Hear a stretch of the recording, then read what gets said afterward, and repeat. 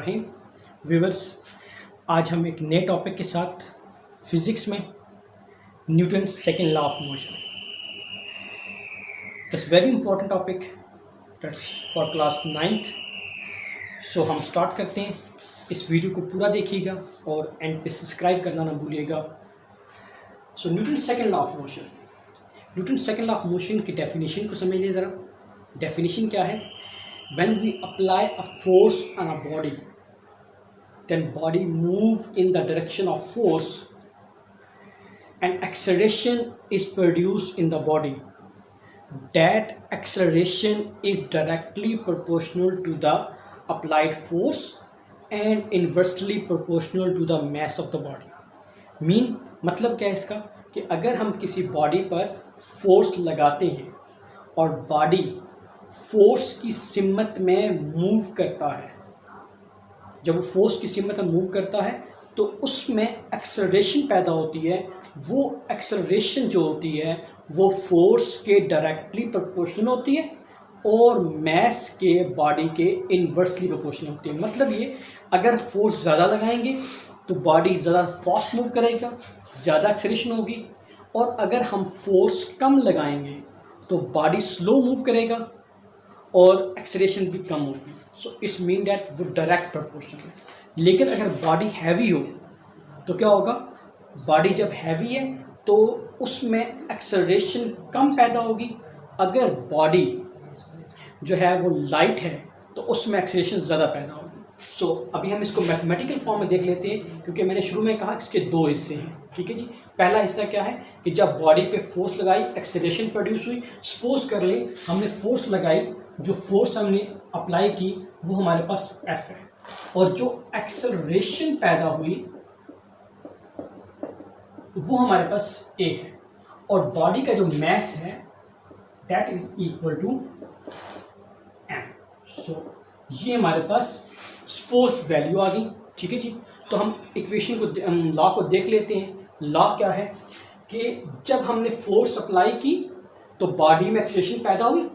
वो acceleration, that acceleration is directly proportional to force. Mean that कि अगर हम यहाँ पर एक्सेलरेशन बॉडी में ज़्यादा होगी तो फोर्स भी ज़्यादा होगी।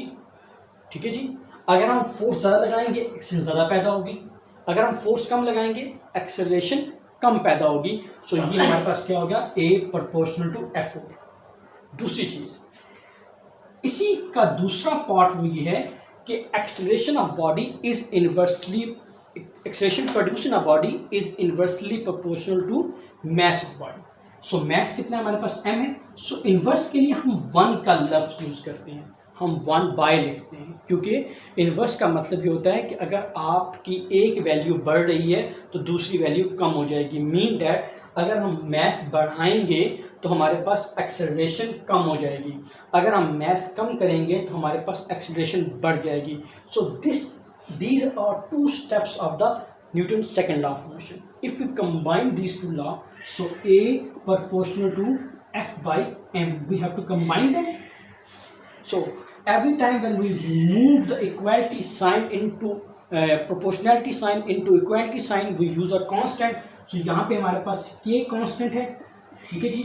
So K हमारे पास आ गया, A इज इक्वल टू हमारे पास आ गया K इंटू F/m। ठीक है जी।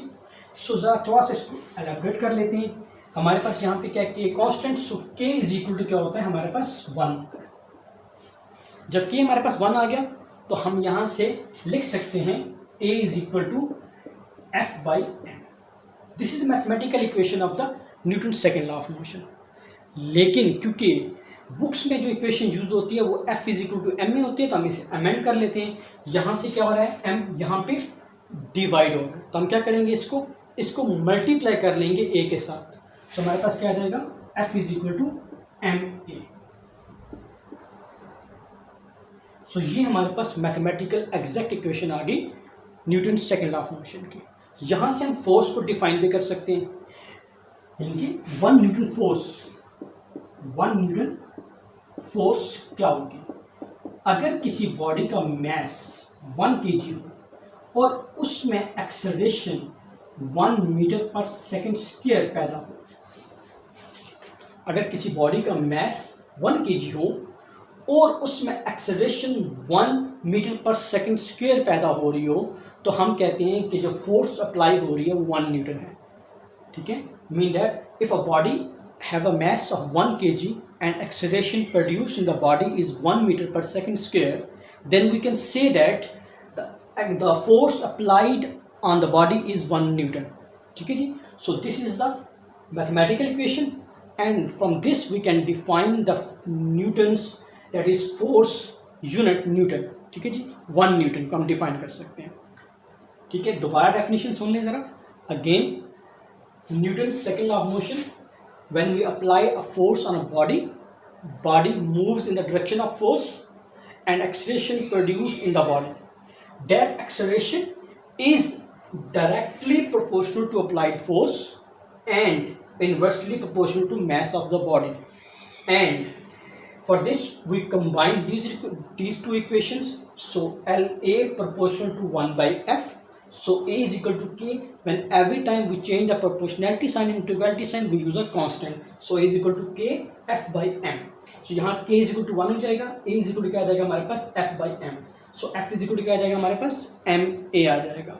So 1 Newton is equal to 1 kg dot 1 metre पर सेकेंड। मीन यहाँ पे ये है कि अगर आपने 1 न्यूटन की डेफिनेशन करनी है तो तुम कैसे करेंगे? अगर किसी बॉडी का मास 1 kg है और उसमें एक्सेलरेशन 1 मीटर पर सेकेंड स्क्वायर पैदा हो रही है, तो हमारे पास जो फोर्स होगी वो 1 न्यूटन होगी। ठीक है, thank you so much. Subscribe करना मत भूलें नेक्स्ट वीडियो के लिए। अगर आप चाहते हैं कि आपको जल्द से जल्द मिले तो चैनल को सब्सक्राइब कीजिए और अपना व्यूज़ बैक दीजिए, कमेंट्स कीजिए, लाइक कीजिए और शेयर कीजिए। Thank you so much.